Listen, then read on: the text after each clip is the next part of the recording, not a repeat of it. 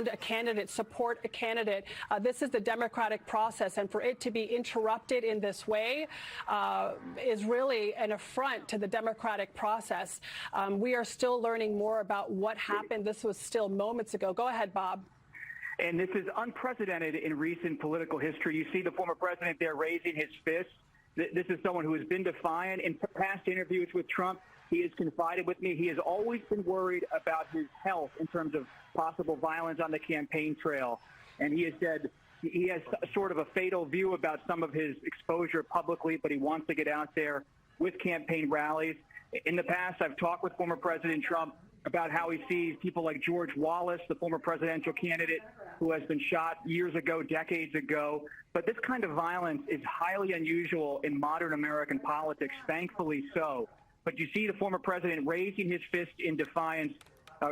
Ronald Reagan last shot in the early 1980s when he was president of the United States at the Hilton Hotel in Washington, and he famously also expressed defiance in the hospital room when he was dealing with that shooting and that assassination attempt at George Washington University Hospital. So a moment in history here, a possible tragedy, likely averted, but a tragic event for America to see a major political figure shot. I mean, this has echoes of 1968. Unfortunately, when you saw Dr. Martin Luther King gunned down, a major force in this country, Robert F. Kennedy running for president in California in 1968. Now, former President Trump, unfortunately, to the list of those who have been shot while running for president.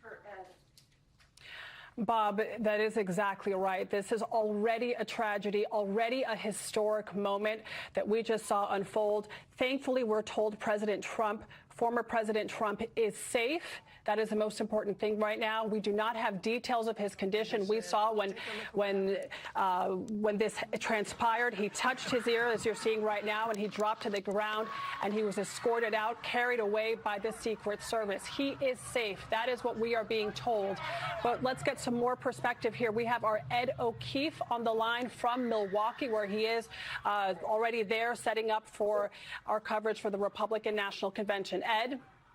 Adriana, the news of this comes ironically as the facility where the convention is set to begin on Monday is already under the requisite Secret Service security check, which had gotten underway just this afternoon. This is a city that is making big preparations for this four-day affair.